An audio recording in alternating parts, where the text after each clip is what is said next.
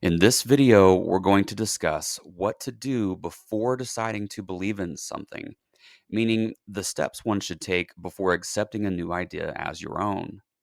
In our modern information age, we're regularly faced with new concepts, new ideologies, and new trends, which many of us tend to follow without question. Today, we're going to look at why this approach does not serve us and what we should be doing in its place. Stay tuned.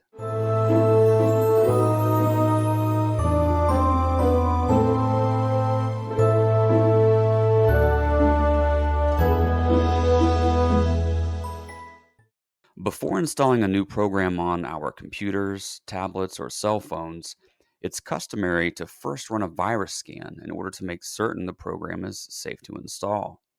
In fact, this step is deemed so important that automated antivirus software is often packaged into our tech at the point of purchase, with additional add on protection services also available to us.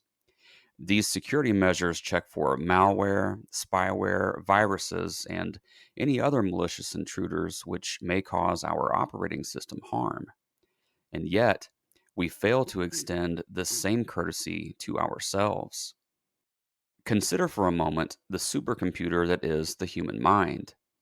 The mind impacts our bodily functions, the nervous system, our emotional state, our physical health.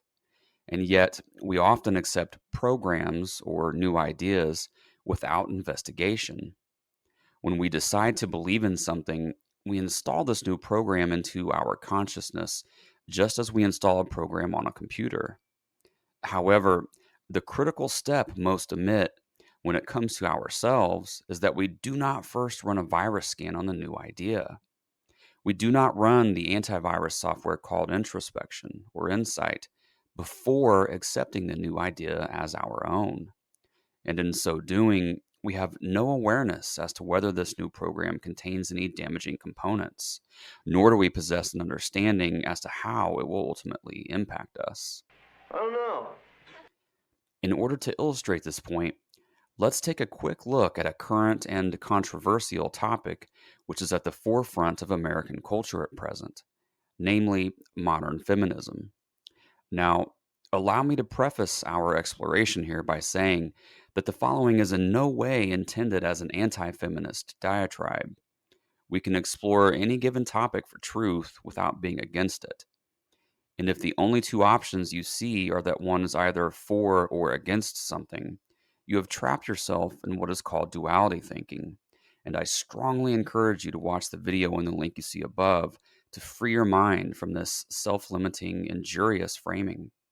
I'm trying to free your mind. Stated in simple terms, modern day feminism is a movement whose aim is to establish the equality of the sexes, to make certain females are treated fairly and equitably in contrast to their male counterparts. This notion certainly seems like a just and reasonable request when viewed from the level of the surface. However, when we run a truth scan on this mental program and explore beyond the label, beyond the surface, and examine how it actually impacts us, an altogether different image begins to present itself. Some that install this mentality become infected with the virus of hate. Others who run the feminism program we see overcome with the virus of embitteredness, their happiness being overwritten with resentment. What was once intended to construct bridges instead often erects walls. And perhaps all who install the feminist mindset receive the backdoor Trojan of victimhood mentality. Now, while there may be a degree of inequality present in some societal situations, the empowering question we must ask of ourselves here is not whether we have been victimized in a given situation, but rather, what negative internal repercussions will we experience as a result of perceiving ourselves as victims? Before deciding to believe in something, to accept a new idea as our own, or to follow that which is trending, it is of paramount importance to our own happiness and well being that we explore the new notion for ourselves, that we explore the new notion for truth.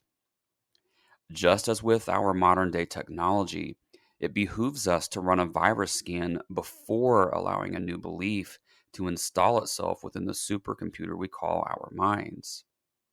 Following the trends or going along with the crowd is rarely in our best interests, despite the recommendations of so called experts. Ultimately, it is up to each of us individually to explore within in order to deduce how something will affect us.